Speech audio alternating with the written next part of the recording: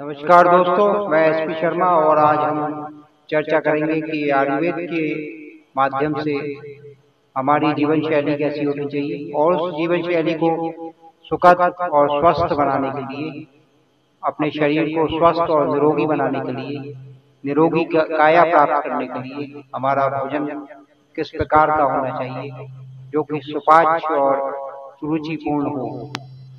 हमारा आयुर्वेद का सिद्धांत जो है वो शुद्ध शाकाहारी भोजन पद्धति पर आधारित है और आयुर्वेद का ये सिद्धांत हमारे सनातन धर्म और जैन धर्म दोनों धर्मों के अनुकूल है।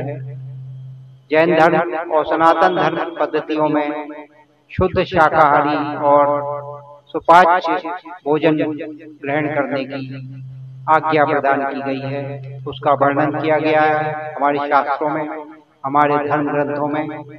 स्वयं श्री कृष्ण भगवान ने श्रीमद् भागवत गीता में सतोगुण, रजोगुण और तमोगुण पद्धतियों का उल्लेख किया है। अर्जुन को उपदेश देते हुए उन्होंने स्वयं कहा है कि हमारा भोजन जो है वो मनुष्य 3 प्रकार का होता है, उसकी प्रवृत्ति 3 प्रकार की होती है, सात्विक, राजसी और तामसिक।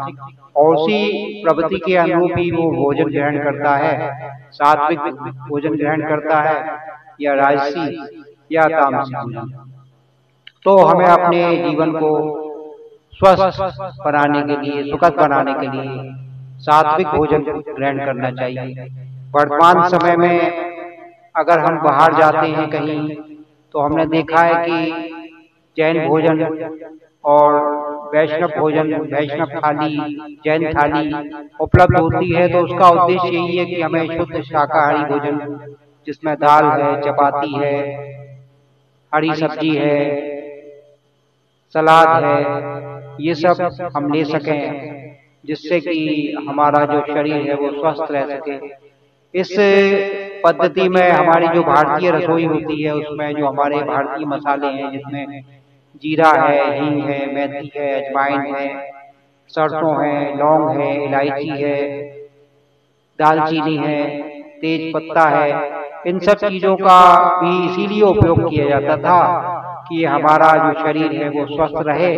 प्राचीन काल में हमारी जो माता बहनें हुआ करती थी वो बहुत से ऐसे छोटे मोटे रोग हुआ करते थे जो आगे जाकर बड़ी व्याधियां बन जाती थी। और आजकल हम देखते हैं कि लोग आए दिन चिकित्सकों के यहाँ चक्कर लगाया करते हैं।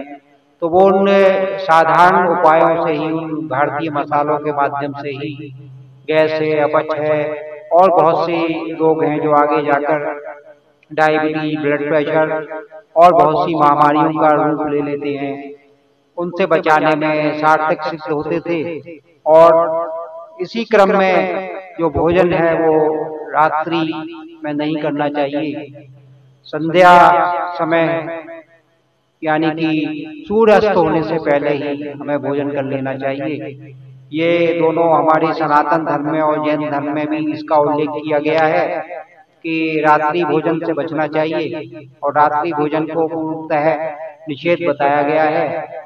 ये बतलाया गया है कि सूर्यास्त होने से पहले ही हमें भोजन ग्रहण कर लेना चाहिए और भोजन जो है वो पूर्ण तरह से सात्विक और सुखद और सुपाच्य होना चाहिए। हमें स्वाद के लिए नहीं, अपने शरीर को स्वस्थ बनाने के लिए भोजन करना चाहिए जो कि पूरी तरह से आयुर्वेद की पद्धति के, आयुर्वेद के मूल्यांकन के, आयुर्वेद के सिद्धांतों के अनुरूप होना चाहिए।